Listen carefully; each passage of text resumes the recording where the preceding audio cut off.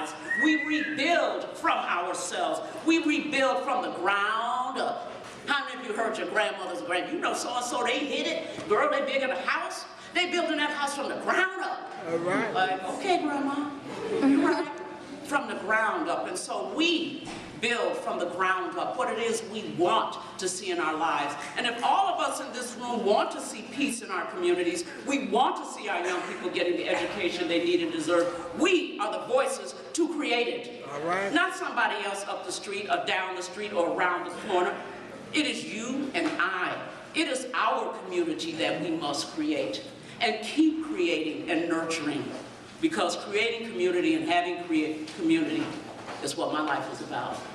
This is it right here.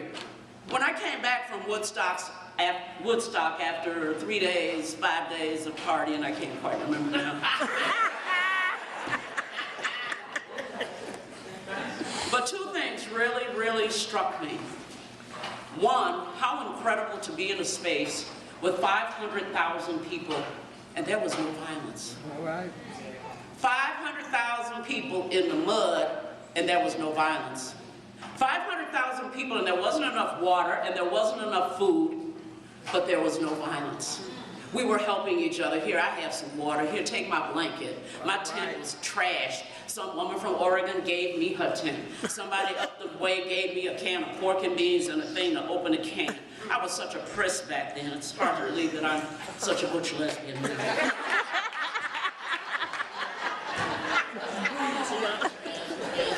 Transformation, absolutely, positively. From that mini skirt wearing, Condoleezza Rice, you know, I used to have that. What you call it? Page boy. Remember that page boy? You talk about having to get out of a closet. I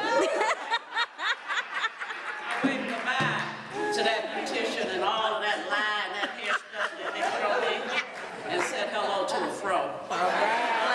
And it's been that way for me from that day to this. From the fire to the limit. We look down, we see the fire. Last weekend I was with a group of friends and we had a fire going all weekend. But we had to keep tending that fire. We had to keep adding on to the fire. We had to nurture it to make it grow. And again, in our communities, we must nurture our youth.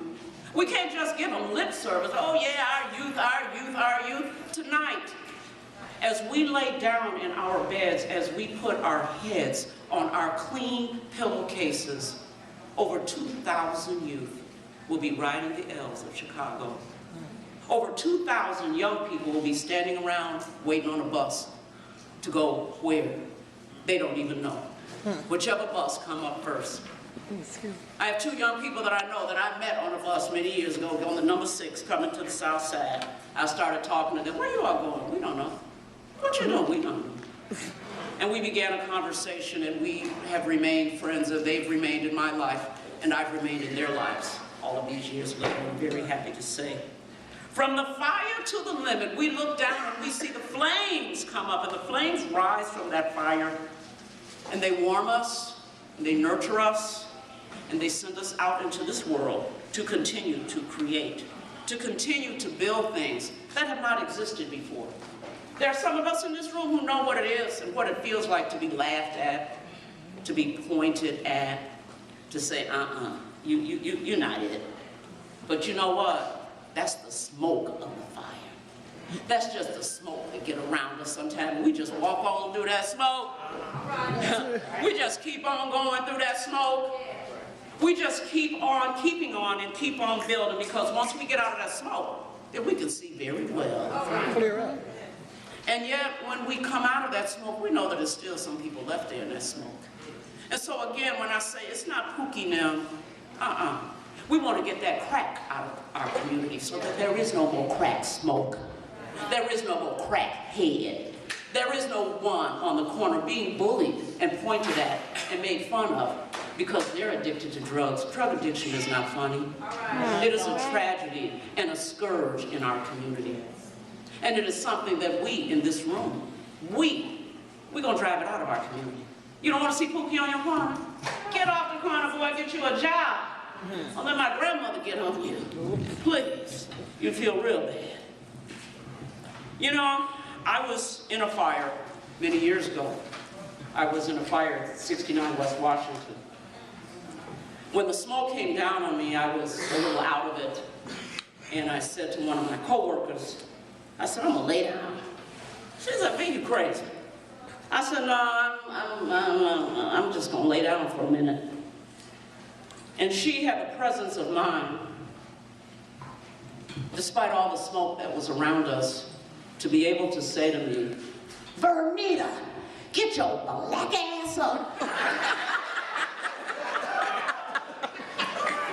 Okay? I was like, "What? Get up. We getting out of here." She did something for me that none of the firemen standing on the street did. When they came into our building, they didn't come up to the floors high enough. They only went to the 7th. That's right. But a woman in my community, who is my sister, she reached her hand out to me. She said to me in her loving way, "Vernita, get your black ass up." And I got up. And I went running out of that fire and out of that building. And I have continued my life, and I have felt even more from that experience how important it is to have our sisters. Right. How important it is to have each other. It's not just a Coke commercial I want to teach you. No. This is the reality of the lives that we live. How we touch each person in our community. The changes that we make. The changes that you brought to my heart today with your voice. Thank you. Thank you, Drum Divas. Thank you. Life is about saying thank you and continuing on as we move from the fire. The fires are sometimes on the outside of us, and yet sometimes they're on the inside. You just feel like, hey, I want to break out and do something, and the world is not quite ready for me yet. It is. Come on now. Do it. Be that singer. I want to thank the young men for sharing with us today. Okay? I understand why you like Sean Carter, Jay-Z, hey baby. I ain't mad at Jay-Z. He's up there with Beyonce. What a young man. What a lucky young man. And yet at the same time, what a hard-working young man. Right. I give it to Jay-Z in his support of our president. He didn't say, hey, I'm up here by you all. I'm gone. Let me get in my Bentley and drive away. Let me come back and see what it is I can do in my community. How are we motivated? What fires all of us up here in this room? We all have to key into it. I key into it often. Somebody gave me one of Barack's speeches in which he talks about meeting this black lady. And in the back of the room, this little black lady said, "Fired up, ready to go."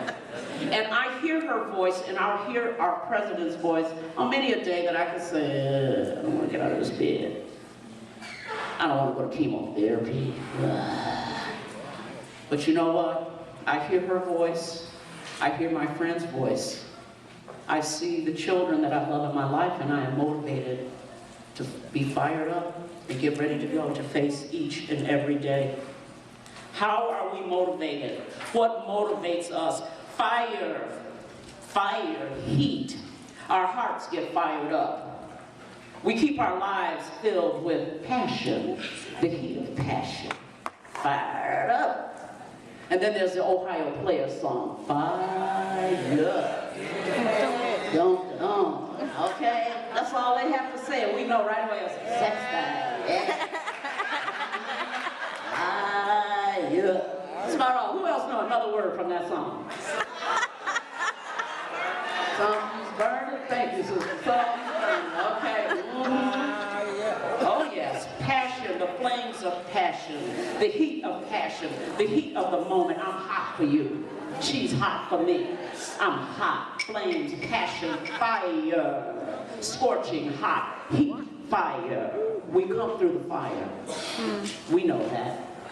We come through the fire, and at the same time, the fire gets stoked. It gets hotter. And when you're talking about passion, it just can't get hot enough. It just cannot get hot enough. And so with that said, I'm going to thank Affinity again for allowing us to be able to come to a place where we can talk about the passion in our hearts and the loves in our life and those who give fire and give meaning to our lives. Again, from the ashes we rebuild, we start again, we build that house up from the ground up. Thank you, Affinity, for being a builder in our community, for creating space that we can all go to and be ourselves, for creating a place that I can look out and see my sisters and smile, where I can come and be affirmed. We need these kinds of places in our community all around the city of Chicago, not just on the north side. If we can build a $22 million building on the north side, I know we can build a $10 million on the south side. As we grow, as we build from the fires, it's time for Affinity. Hello. And Yvette Cardona, I know you're sitting over there in the corner, former board member from the Center of Halston, know how to raise some money. We've got to figure out how we're going to raise some money so that Affinity can have its own space.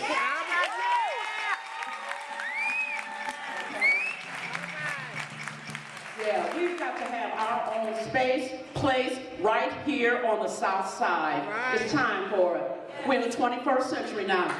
We know how to collect money, we know how to raise money. I see some pen, we definitely know how to spend some money. All right. Oh, yeah. Absolutely. So in this room, before I finish, I want to commit myself to Affinity. I want to help you figure out which way you're going to go. That campaign, what you call it when you raise that money, what's the capital campaign? Yeah, I get old, I forget words sometimes. Thank God there's someone young around to, feed me that word. We need to set up and start talking about a capital campaign for Affinity and how we're going to build a space that is there for the next group of young women so that they can come and get fired up. So that older women like me can roll my wheelchair in there when that day comes. Okay? Just because we get old don't mean we can't see and don't want to do now.